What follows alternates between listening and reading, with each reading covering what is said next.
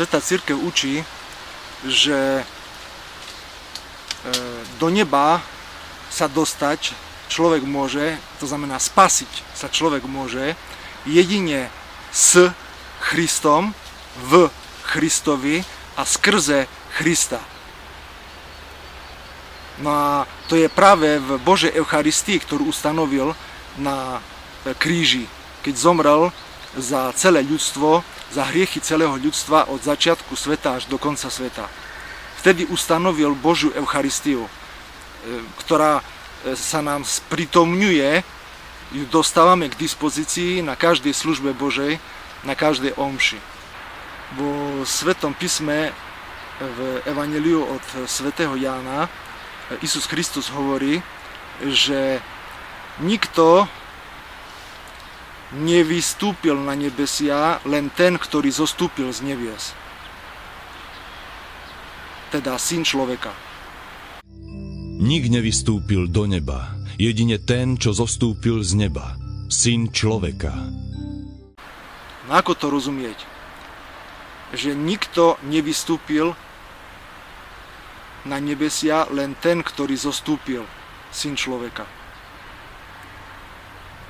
Isus Kristus, Syn Boží, Boh, druhá Božia osoba, zostúpil z nebies na zem, stal sa človekom, narodil sa z prečistej Divy Márii v Betleheme.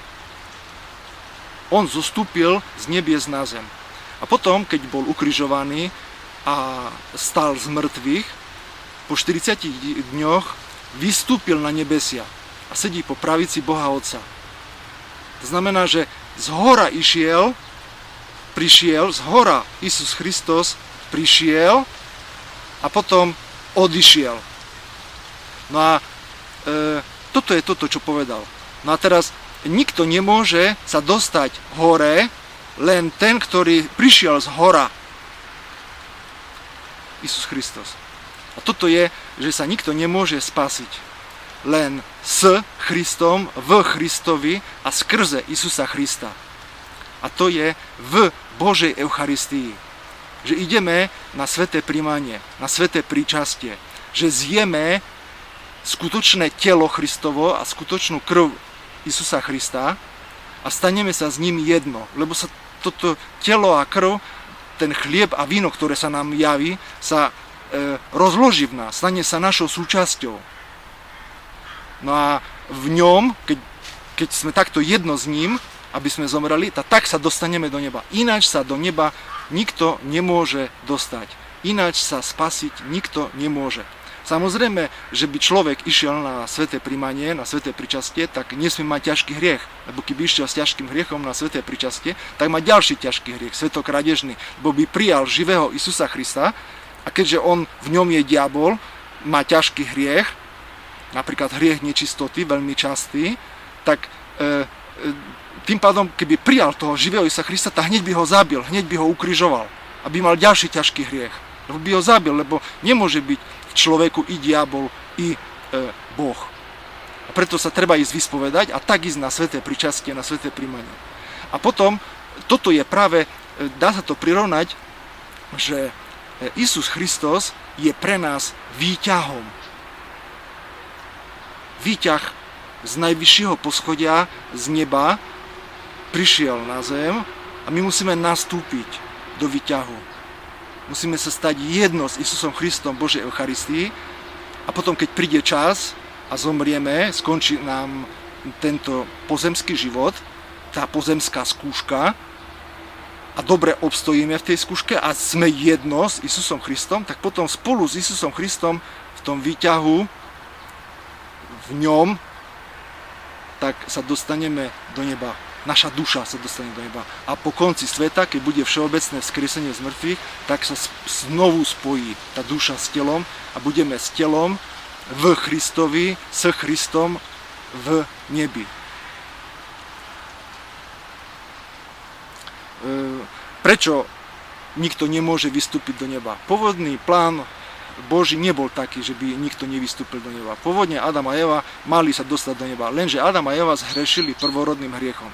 A tým pádom už nikto nemohol sa dostať do neba. No a práve Isus Kristus, nový Adam, to napravil.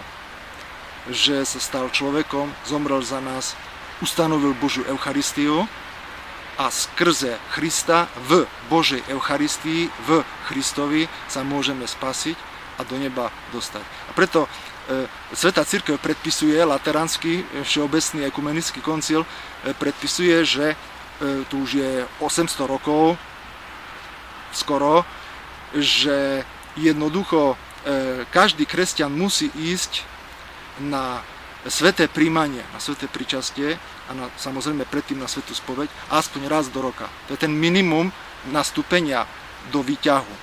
Minimum stania sa jedno s Isusom Kristom.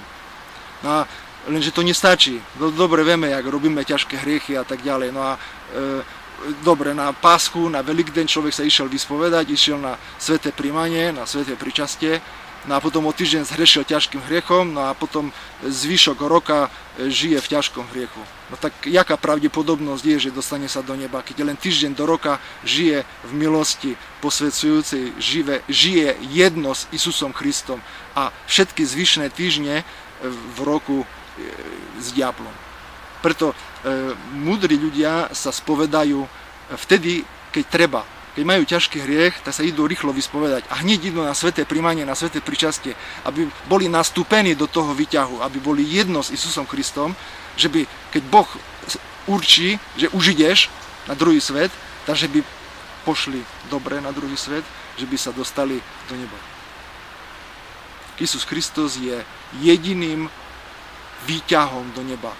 Do neba nevedú žiadne schody, žiadne rebríky, ale jedine Isus Kristus, výťah, ktorý nás dostane do neba.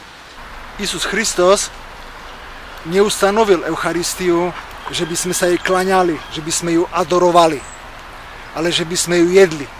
Preto keď povedal, že toto je moje telo, povedal takisto, že vezmite a jedzte. Neklaňajte sa mi, neadorujte, ale jedzte, primárne jedzte a až druhorado ma adorujte a klaňajte sa mi. A toto je moja krv, vezmite a pite. Keď jedli, vzal Ježiš chlieb a dobrorečil, lámal ho a dával učeníkom so slovami: Vezmite, jedzte, toto je moje telo. Potom vzal kalich, vzdal vďaku a dal im ho so slovami: Pite z neho všetci, lebo toto je moja krv novej zmluvy, ktorá sa vylieva za mnohých na odpustenie hriechov. Že by sme nastúpili do výťahu a dostali sa do neba v Isusovi Kristovi a skrze Isusa Krista. To je Eucharistia. Najväčšie tajomstvo v dejinách ľudstva. Najväčšie tajomstvo, najväčšia sviatosť spásy. Isus Kristus. Lebo Eucharistia to je Isus Kristus. Eucharistia rovná sa Isus Kristus. Živý Isus Kristus. A zároveň ukrižovaný a mŕtvy, ale zároveň vzkriesený a oslávený a zároveň voznesený na nebesia a zároveň sediaci po pravici Boha Otca. Toto všetko je v Eucharistii prítomné v každej Eucharistii. Živý Isus Kristus, ktorý nás spasil a nás vykúpil.